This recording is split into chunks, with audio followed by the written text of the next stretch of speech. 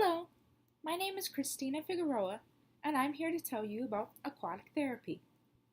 Here in South Florida, water is all around us in the forms of beaches, canals, and swimming pools.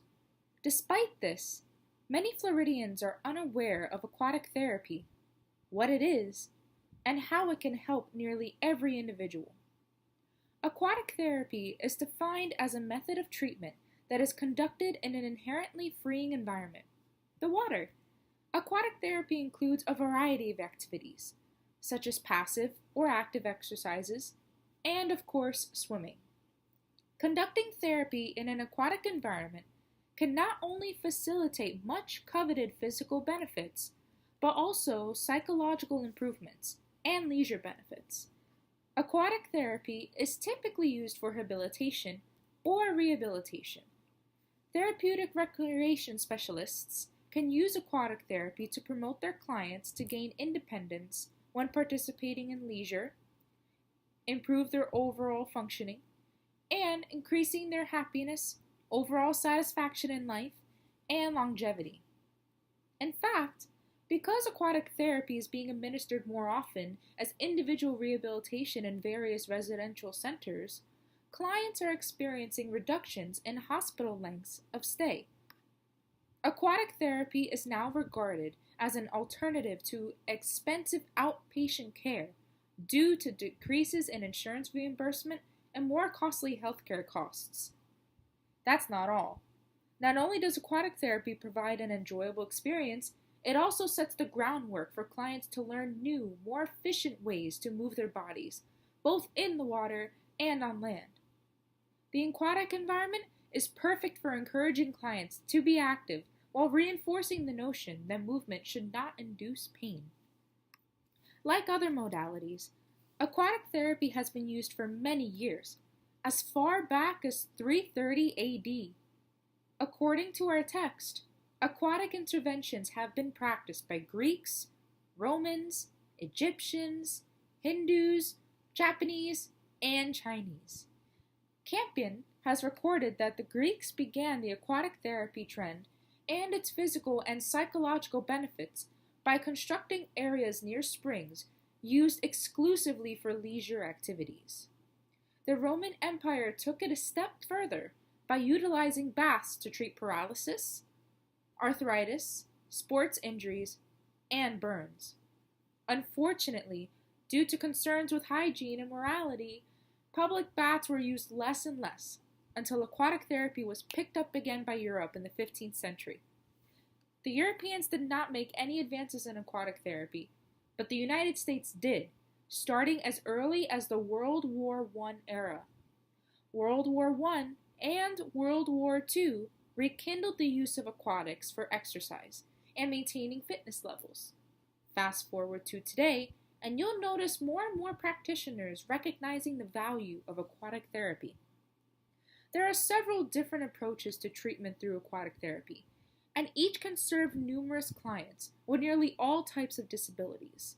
Such interventions include swimming, haloic concept, sensory integration through movement, aquatic PNF, bad ragaz, Watsu, I Chi, task-type training approach, aqua stretch, unpredictable command technique, and the Burkendo method. That's 11 methods right there. Swimming is the most general form of aquatic therapy, as it is primarily done for maintenance of health and general fitness. Even so, because swimming involves all the muscle groups, promotes stretching, and improves endurance, it can be adapted to each client's individual needs and capabilities. This is where familiarity of which muscle groups are used primarily in which strokes comes in handy. This knowledge will also come into play when addressing a client's goals that involves increasing muscular strength and endurance, increasing range of motion, improving self-awareness of the movement and position of a body part, and neuromuscular facilitation. Of course, if one participates in swimming, it does not necessarily mean one is simultaneously participating in aquatic therapy. That's where the therapeutic recreation specialist comes in. He or she can administer specific methods of teaching swimming that can be used to improve function and meet a client's goals. As mentioned earlier in this video, individuals with disabilities could greatly benefit from the use of aquatic therapy for a variety of reasons. If a therapeutic recreation specialist chooses to use this modality, he or she must understand the laws of hydrodynamics, the properties of water, and the effects of immersion in warm water in order to have his or her clients reap the modality's multitude of benefits. Such properties of knowledge include buoyancy, hydrostatic pressure, center of buoyancy or center of gravity, viscosity, refraction, turbulence, warm water, and general biological effects of immersion. Buoyancy is defined as the force opposing gravity that results in a feeling of weightlessness when immersed in water, which varies depending on how deep a person is immersed. This is incredibly important in aquatic therapy for those who are medically limited in weight bearing, because this feeling of weightlessness results in less stress on the joints, less effort in movements, more relaxation regarding movement, and, most importantly, less pain. Hydrostatic pressure, as defined by Becker in 2010, refers to the pressure exerted by molecules upon an immersed body. Basically, water pressure will be equal on all sides of a person or object at a certain depth and will increase as depth increases. This plays a role in decreasing hypersensitivity or tactile defensiveness, as well as reducing swelling and improving circulation. Center of buoyancy, which is generally located mid-chest around the xiphoid process, and center of gravity, which is located around the second sacral vertebrae, will play an integral role in keeping the body still and afloat. Viscosity is the amount of cohesion of molecules of the same type of matter or to other matter. This is useful to take note when a client exits the water, as the therapeutic recreation specialist can warn him or her that he or she may feel a little bit heavy when they exit the pool. Becker once again describes a property of water refraction as the bending of light as it passes from one medium to another. Because of refraction, clients might experience difficulties in determining pool depth and body position, both crucial pieces of information of which to be aware. Turbulence can create patterns of water movement that play a role in establishing low-pressure areas, wake, and suction. This property is especially useful in assisting a client with swimming, walking, or working on balance, especially if the therapeutic recreation specialist creates turbulence himself or herself, or even asks the client to suddenly walk backward after walking forward first. Finally, warm water, which I personally believe to be the most important trait of an inviting aquatic therapy environment, allows for clients to experience a greater range of motion due to ease of movement and less fatigue. This can also be attributed to warm water's ability to warm the muscles and the blood, increase metabolism, and dilate blood vessels. For some people with disabilities, the water is the only place in which they can achieve physical independence. According to the Mayo Clinic, those with cerebral palsy can attest to this because the disorder primarily affects movement, muscle tone, and posture. In fact, physical therapists are starting to recognize the benefits of exercise for children with cerebral palsy, particularly when it takes place in an aquatic environment. Michelle Kelly and Johanna Dara in November of 2005 conducted a study detailing aquatic exercise for children with cerebral palsy. They found that this type of exercise was gaining popularity among pediatric physical therapists as an intervention choice because exercise in the water appealed to the children with cerebral palsy, not only because of the unique quality of buoyancy of the water, which reduced the joint loading like we discussed earlier, but also because it was more fun for them. And also, it decreased the negative influences of poor balance and poor postural control that unfortunately children experience due to the disorder. Another study detailing aquatic therapy for children was conducted by Yasser Salem and Stacy Jaffe Gropak in September of 2010. The child they studied had type 3 spinal muscular atrophy, which is a neuromuscular disorder characterized by degeneration of alpha motor neurons. The case report described an aquatic therapy program that the child partook in, about twice per week for 45-minute sessions for 14 weeks. The intervention included aquatic activities designed to help the gross motor skills that were being affected by the disorder. And they found that the gross motor quotient for this child improved from 66 to 74. Also, the child's gait showed improvement in walking velocity, stride length, and single limb support time as a percentage of the gait cycle. Stepping away from pediatrics for a moment, we have another study conducted for the effects of aquatic therapy on postural balance and muscle strength in stroke survivors, which was a randomized controlled pilot trial conducted by Dong Kook No, Jae Young Lim, and Hyung Ik Shin. These people wanted to evaluate the effect of an aquatic therapy program designed to increase the balance in stroke survivors. So the aquatic therapy group participated in a program consisting of I Chi and Halliwith methods that we discussed a little bit earlier. And both methods of aquatic therapy focus on balance and weight-bearing exercises. Meanwhile, the other group, the conventional therapy group, performed gym exercises. And in both groups, the interventions occurred for 1 hour, 3 times per week, for 8 weeks. Now, the primary outcome measures were weight-bearing ability and vertical ground reaction force, as well as weight shifting forward, backward, and laterally. And of course, they were also measuring muscle strength and gait. Now, compared with the conventional therapy group, the aquatic therapy group actually obtained significant improvements in the balance scores, forward and backward weight-bearing abilities of the affected limbs, and even knee flexor strength. So the specific modality of aquatic therapy I chose to focus on in my video is the Burkendo method, which is performing certain strength and stretching exercises in the water until the client is able to do them outside of the water. Now, normally the equipment you would need for such an activity would, of course, be a pool, heated preferably to 90 degrees since that's a normal, comfortable temperature, and as we discussed previously, the warm water will definitely help circulation and help the client feel more comfortable. You will also need pool noodles or some type of flotation device. I personally prefer pool noodles and kickboards because they are the most versatile equipment that you can use.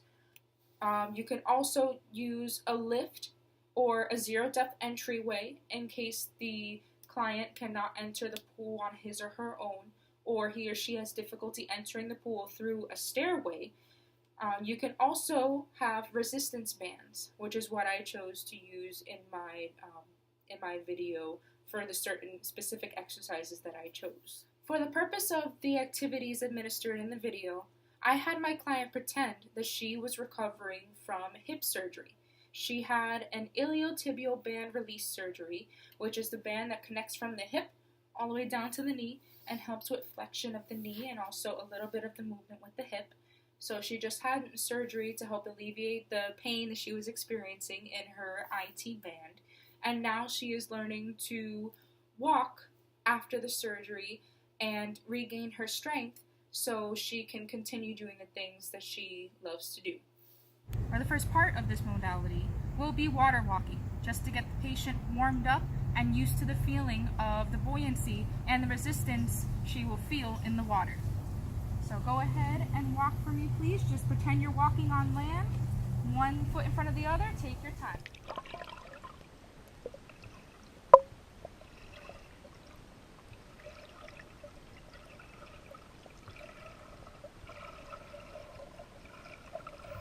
So normally with hip surgery, people are having a little bit of trouble balancing. What we can do to combat that is give the client some flotation devices such as pool noodles or have them walk along the wall, especially if they've had prior injuries. Another way you can help your client is by holding their hands. So long as you keep them underwater so that way they can still experience the buoyancy.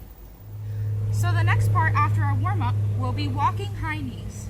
Now, you can either use a pool noodle or a board right here, like I have, a kickboard. So what the client is going to do is they're going to hold the kickboard out in front of them. They can either hold it this way or this way. And you're going to instruct them to hold onto the board with 2 hands. Walking, bring your knee up and tap the board as high as you can go. Tapping the board is ideal, but if the client can't do it right now, that's okay. We'll work on it.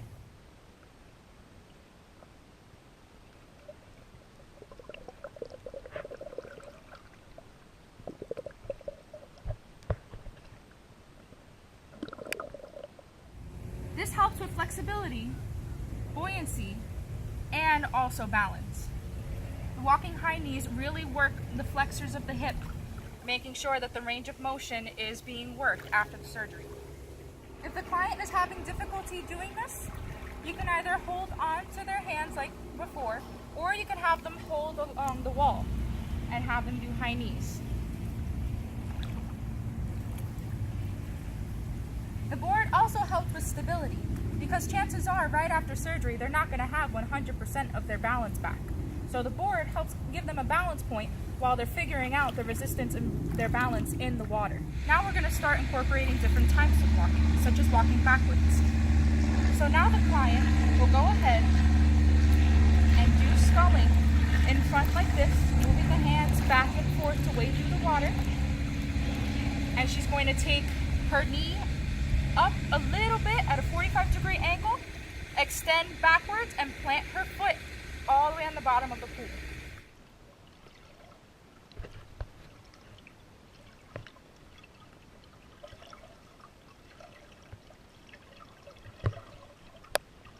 This will increase the different type of range of motion used to walk backwards. For those who can't scull, I would recommend using a pool noodle to hold in front, or they could even hold it behind them. So the pool noodle will go around the back, holding on to each side like this, and then walking backwards. So the next exercise we're going to do involves the use of a resistance band, preferably one that's in the shape of a circle. What the client is going to do is she's going to slip her feet into the circle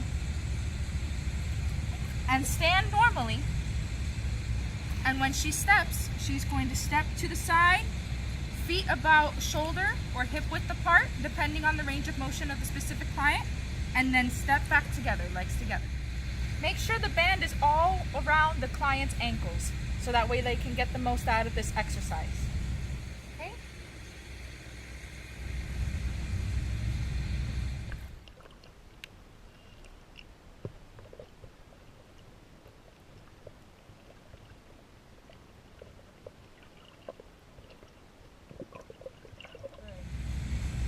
This exercise can be adapted by using either lighter or heavier bands. The blue band that I have right now is the lightest band that I have. Or you can increase the resistance by getting a 10, 15, 20, maybe even 25-pound resistance band. Or if the client can't do the lightest band, that's okay. All they have to do is use the water as their resistance. This specific exercise increases the abduction, or lifting the leg from standing to the side. One of the last exercises we'll be doing can either involve a flotation device such as a pool buoy, which is normally used for pulling by competitive swimmers, or a pool noodle. What the client will do now is the client will balance either the pool noodle or the pool buoy on his or her foot. They're going to try to keep it as centered as possible. The goal is to push the flotation device underwater. So the client is going to start off with a bent knee, about 45-degree or 90-degree angle, and then they're going to push down as far as they can.